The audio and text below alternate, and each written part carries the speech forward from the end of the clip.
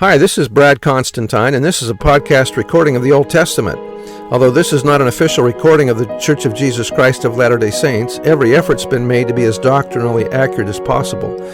I'll be using for the text the Joseph Smith translation of the Old Testament, along with many commentaries from general authorities of the Church, BYU professors, Bible scholars, and others. This format will be very detailed, and so if you want a deep analysis of the Old Testament, you come to the right place. Thanks for your attendance. Hi, welcome back. This is going to be for 2 Kings chapter 8. Then spake Elisha unto the woman, whose son he had restored to life, saying, Arise, and go thou and thine household, and sojourn wheresoever thou canst sojourn, for the Lord hath called for a famine, and it shall also come upon the land 7 years. And the woman arose, and did after the saying of the man of God, and she went with her household, and sojourned in the land of the Philistines 7 years. And it came to pass at the 7 years' end that the woman returned out of the land of the Philistines, and she went forth to cry unto the king for her house and for her land. And the king talked with Gehazi, the servant of the man of God, saying, Tell me, I pray thee, all the great things that Elisha hath done. This incident must have happened before Gehazi was a leper.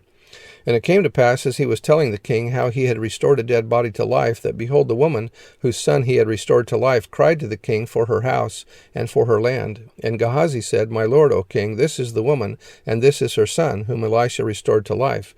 And when the king asked the woman, she told him. So the king appointed unto her a certain officer, saying, Restore all that was hers, and all the fruits of the field, since the day that she left the land, even until now. And Elisha came to Damascus, and Ben-Hadad the king of Syria was sick, and it was told him, saying, The man of God is come hither.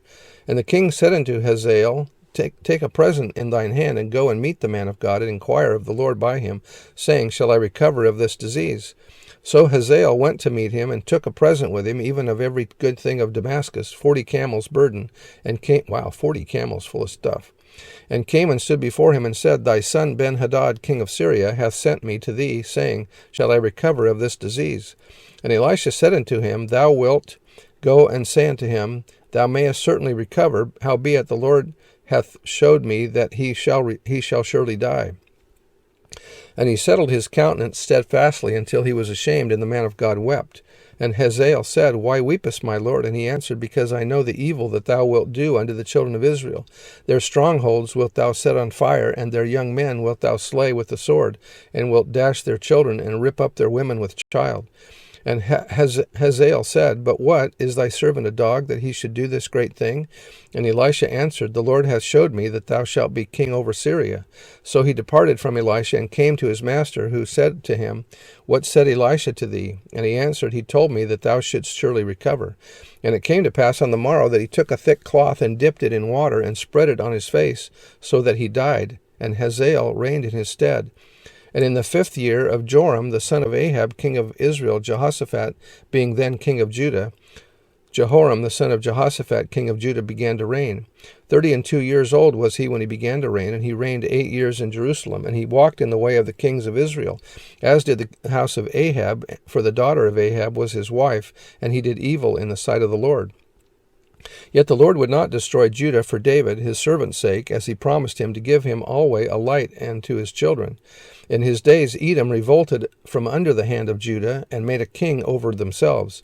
So Joram went over to Zair, and all the chariots with him, and he rose by night, and smote the Edomites which compassed him about, and the captains of the chariots, and the people fled into their tents. Yet Edom revolted from under the hand of Judah unto this day. Then Libnah revolted at the same time, and the rest of the acts of Joram, and all that he did, are they not written in the book of the Chronicles of the kings of Judah?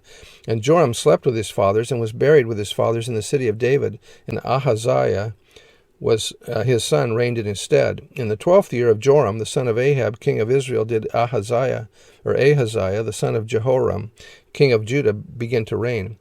22 years old was Ahaziah when he began to reign, and he reigned 1 year in Jerusalem, and his mother's name was Athaliah, the daughter of Omri, king of Israel. And he walked in the way of the house of Ahab, and did evil in the sight of the Lord, as did the house of Ahab, for he was the son-in-law of the house of Ahab.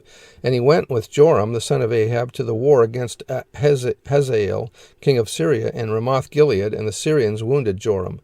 And King Joram went back to be healed in Jezreel of the wounds which the Syrians had given him at Ramah, when he fought against Hazael, king of Syria. And Ahaziah, the son of Jehoram, king of Judah, went down to see Joram, the son of Ahab, in Jezreel because he was sick. So that's the end of the chapter. We'll see what happens next time. Bye.